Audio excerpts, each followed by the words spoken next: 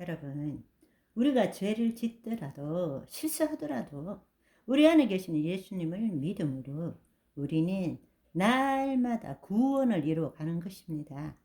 하나님은 은혜로서 우리 안에 계시고 예수님 때문에 끝까지 우리를 기다려 주시는 것입니다. 겉사람은 후패하지만 속사람은 날로 날로 새로워지는 삶을 살아야 한다는 것입니다. 자, 그러면 어떻게 하면 구원을 이루어가는 삶을 살 수 있을까? 어떻게 하면 매 순간 그리스도 의식으로 살아갈 수 있을까? 어떻게 하면 하나님 나라의 삶을 살아갈 수 있을까?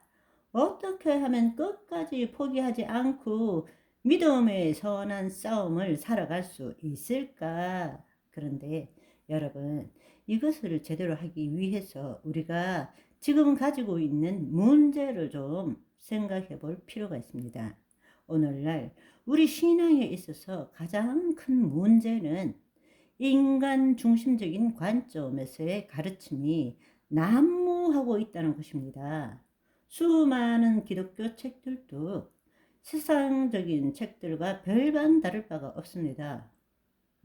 무엇을 위한 몇 가지 방법과 훈련 또는 무엇을 위해서는 이렇게 하면 된다라는 식의 책들이 판을 치고 있습니다. 더더구나 우리가 가르침을 받을 때는 우리는 믿으라는 말은 많이 하지만 죽으라는 말은 별로 들어본 적이 없습니다. 어떻게 하면 된다라는 말은 수도 없이 듣지만 놓아버리라 라는 말은 들어본 적이 드뭅니다. 그런데 정말 중요한 것은 어떻게 죽어야 하는지를 가르쳐야 합니다. 왜냐하면 어떻게 죽어야 하는가를 알 때 바로 어떻게 살아야 하는가를 알 수 있기 때문입니다. 성경은 우리에게 부활과 생명의 삶을 알려주고 있습니다. 우리에게 부활의 삶을 알려주고 있다는 것입니다. 내가 형통하고 더 나은 삶을 사는 것을 가르쳐 주는 것이 아닙니다. 그것은 뉴 에이지입니다. 성경은 우리에게 부활의 삶을 알려주고 있습니다. 그렇다면 먼저 죽는 것을 배우고 체험해야 한다는 것입니다. 그런데 우리 모두는 어떻게 하면 잘 살 수 있는지, 올바르게 살 수 있는지, 더 훌륭한 그리스도인이 될 수 있는지에 대해서만 배우고 있다라는 것입니다. 그런데 그 전에 먼저 배우고 체험해야 되는 것은 죽는 것을 배워야 한다는 것입니다. 아멘. 바로 이것을 제대로 알려주시는 말씀이 고린도후서 4장 10절 11절, 우리가 잘 아는 갈라디아서 2장 20절의 말씀입니다. 여러분, 고린도후서 4장 10절에서 11절을 보시면 우리가 항상 예수의 죽음을 몸에 짊어짐은 예수의 생명이 또한 우리 몸에 나타나게 하려 함이라. 우리 살아있는 자가 예수를 위하여 죽음에 넘겨짐은 예수의 생명이 또한 우리 죽을 육체에 나타나게 하려 함이라 말씀하십니다. 여기에 10절, 11절의 모두 항상이 들어있습니다. 항상. 항상. 네네. 첫 번째는 예수의 죽음, 그 다음에 두 번째는 예수를 위한 죽음입니다. 죽음이 먼저입니다. 그 죽음을 통해서 우리는 예수의 생명이 우리 몸에 나타나게 되고 또 예수의 생명이 우리 죽을 육체에 나타나게 한다는 것입니다. 여러분, 이 부분을 좀 더 구체적으로 알아보면 좋겠습니다. 10절에 보시면 우리가 항상 예수의 죽음을 몸에 짊어진다. 우리가 항상 예수의 죽음, 이때의 죽음이라는 것은 네크로시스라는 뜻입니다. 뭐뭐의 활동, 비활동을 대비하는 의미에서 활동하지 않는다.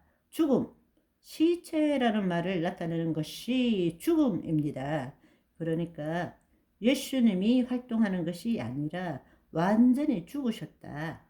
십자가에 못 박힌 것이 완전히 죽으셨다. 시체가 되었다라는 뜻입니다.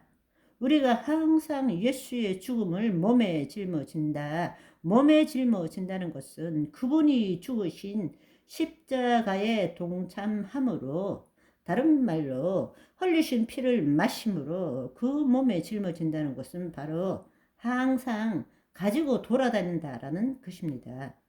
그분이 죽으신 십자가에 동참함으로, 다른 말로 흘리신 피를 마심으로, 그것이 바로 예수의 죽음을 몸에 짊어진다는 것입니다.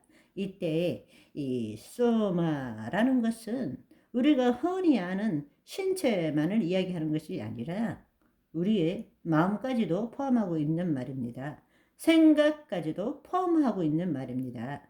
이 말씀은 다른 말로 말하자면 우리 몸에 예수님의 흔적을 지니고 있는 것과 마찬가지죠.